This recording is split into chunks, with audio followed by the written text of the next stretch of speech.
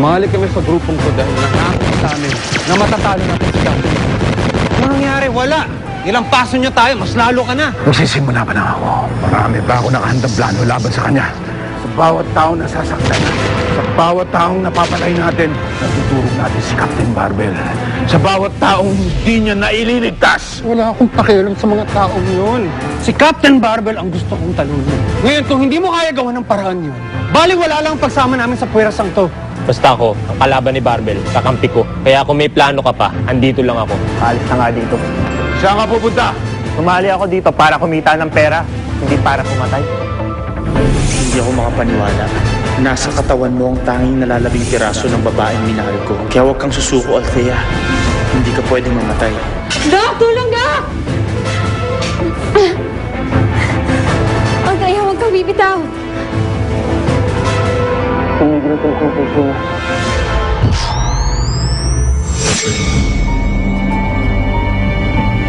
Althea!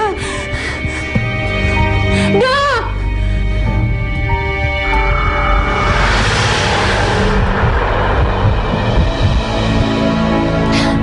Ligtas na siya. Tumigil ko ulit ang puso niya.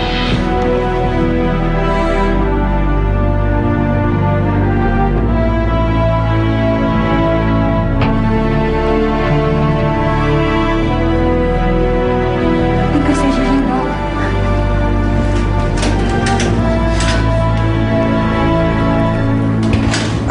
Okay na siya. Iakyat na siya sa taas. Baka na-stress ang puso niya dahil sa pagkaipit. Have them do the X-ray and cardiogram to be sure, okay? Yes, Doc.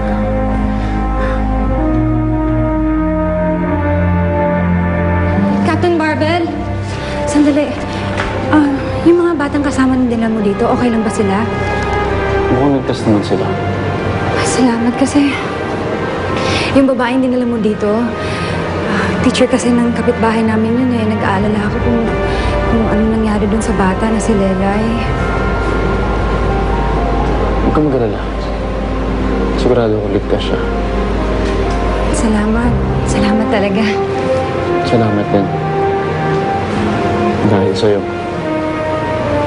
ligtas ang buhay ng taong dinala ko dito. Ikaw at ang mga tulad mo ang tunay na bayan.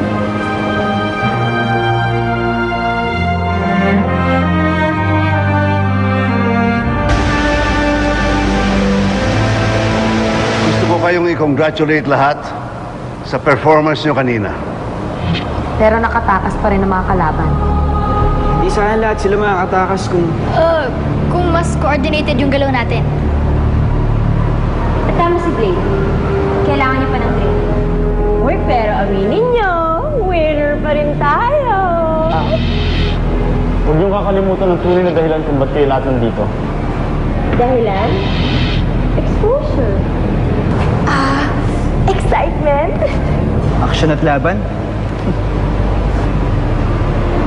Narito kayong lahat para sa kabutihan. Para ipagtanggol ang kalayaan ng bawat isa. Maraming kinakaharap ang mundo ngayon ng matitinding banta at panganib. At tayong lahat ay nasa posisyon para protektahan ng lahat. Huwag natin sasayangin ito. Wala tayo dito para sa exposure, para sa aksyon o laban. Narito tayo para sa sangkatauhan. Ay nako, lumalaban tayo dahil may kalaban. Pero in fairness, natalo namin sila, kaya sila tumakbo. Nakatakas sila. At babalik din sila. At maaaring sa susunod, isa sa atin o isa sa mga mahal natin sa buhay ang kanilang mga biktima. Niega naman. Mas mabuti na yung handa kaysa sa magsisi.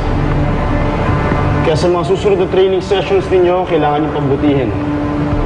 At simula ngayon, ako na ang mag-asana sa inyo. Okay. Kaya naman ako nandito para makasama ka, Captain Barton.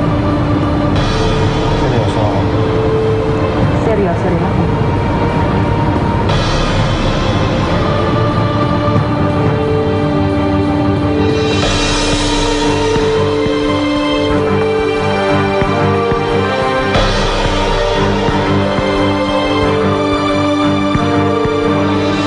marami at mas malakas na kayo.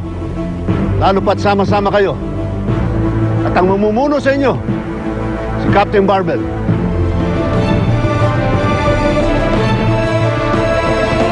Ngayon, buo na ang Liga ng Kalayaan.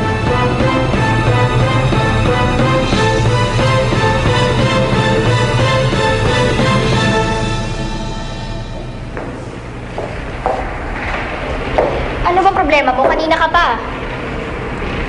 Bakit mo pinatakas yung kalaban kanina? Pinagsasabi mo. Itang-plot ako yung ginawa mo. Hindi ka patatakasin! Hindi! Tama ka sa akin. Pinarangan mo ang tira ko.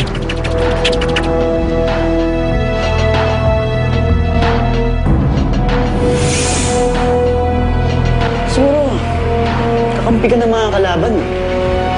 Baliw ka ba? Bakit ko naman gagawin yun? Masama ang magbintang. Bawiin mo nga yung sinabi mo, hindi ako masamang tao. Eh, bakit mo pinatakas si Anino kanina? Hindi ko siya pinatakas. Palibhasa ko pa nga dapat magalit sa'yo kasi ako yung tinira mo eh. Hindi yung kalaban. Sinungaling. Si Anino yung inaasinta ko. Ikaw biglang umarang eh. Pwede ba? Huwag mo nga akong gawing palusot kung talagang duling kang tumira. Palibhasa, bano ka eh. Ano? Bano? Yabang ma. Kung di ka lang babae, baka nung ginawa ko sa'yo. Dahil kung hindi, Kung hindi ano? Papapatunayan talagang banban ka?